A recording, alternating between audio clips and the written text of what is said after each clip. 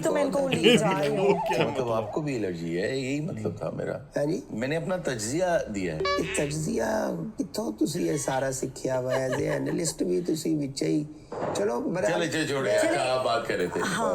मैं आपको वो तकलीफ देती हैं यहाँ तकलीफ का देती हैं। डस्ट, यहाँ की ये चीजें सब। सर इत्थे कोई ला रेगुलेशन ते है कोई इंप्लीमेंट करदा कोई हाँ, लॉलेसनेस बिल्कुल ठीक है। कितनी नॉलेज है लोग इंज फिरदे आ जंगली है जिवें मैं ते मेनू ते मैं बाहर मैं बहुत घट निकलदा वां। बहुत अच्छा कर दे हो, निकलना नहीं तो नहीं हो रहे काम बच जाएगा।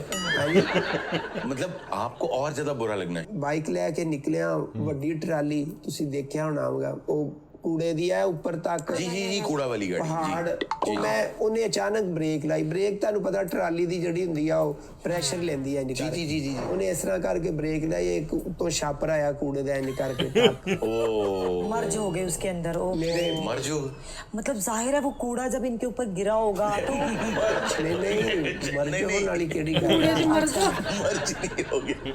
अच्छा खैर, आप पे एक शॉपर आया जो वो कचरे का और आपके ऊपर आके चिपक गया। ਟਰਾਲੀ ਨੂੰ ਸਰ ਉਹਨੇ ਬ੍ਰੇਕ ਲਾਈ ਨਾ ਤੇ ਛਾਪਰ ਇੰਜ ਕਰਕੇ ਉੱਡਿਆ ਮੈਂ ਦੇਖ ਰਿਹਾ ਹਾਂ ਮੈਂ ਕਿਹਾ ਇਹ ਮੇਰੇ ਵੱਲ ਹੀ ਆ ਰਿਹਾ ਜਦੋਂ ਸਰ ਛਾਪਰ ਇੰਦੀ ਏਰ ਆ ਰਿਹਾ ਸੀ ਨਾ ਮੈਂ ਦੇਖ ਰਿਹਾ ਉਹਨੂੰ ਉਹਨੇ ਇੱਕ ਕਲਾਬਾਜ਼ੀ ਲਈ ਜਦੋਂ ਦੂਸਰੀ ਕਲਾਬਾਜ਼ੀ ਲਈ ਨਾ ਮੈਂ ਕਿਹਾ ਲਓ ਜੀ ਗੰਢ ਖੁੱਲਣ ਲੱਗੀ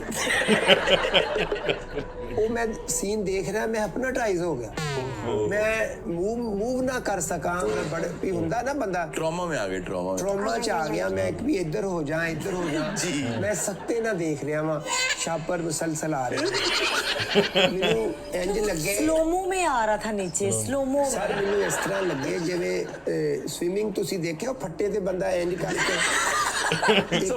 ਸਮਰ ਸਾਲਟ ਐ ਕਰਕੇ ਐ ਨਹੀਂ ਆਂਦਾ ਤੇ ਫੇਰ ਉਹ ਇੰਜ ਕਰਦਾ जी जी ਉਹ ਬਸ ਉਹ ਆਇਆ ਵਾ जी।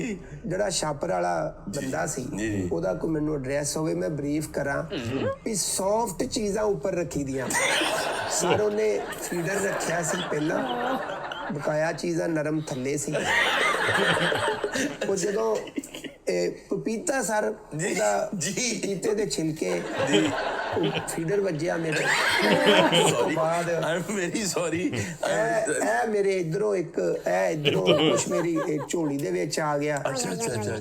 ਤੇ ਉਸ ਕਮ ਵਕਤ ਨੇ ਅਨਰਿਸਪੌਂਸਿਬਲ ਮੈਨ ਜਿਹੜਾ ਗੱਡੀ ਚਲਾ ਰਿਹਾ ਸੀ जो वो था कचरा गाड़ी वाला। ਕਚਰਾ ਹੁਣ ਸਾਹਿਬ ਉਹ ਚਲਾ ਗਿਆ ਇਹ ਸਾਰੇ ਹਿੱਟ ਐਂਡ ਰਨ ਕੇਸ ਹੋਇਆ बिल्कुल सही बात है। शॉपर मार गया। अच्छा फिर ਸਰ क्या? ਮੈਂ ਕੱਲੀ ਕੱਲੀ ਚੀਜ਼ ਉੱਥੋਂ ਚੁੱਕੀ सफाई किया। ਸਫਾਈ ਕੀ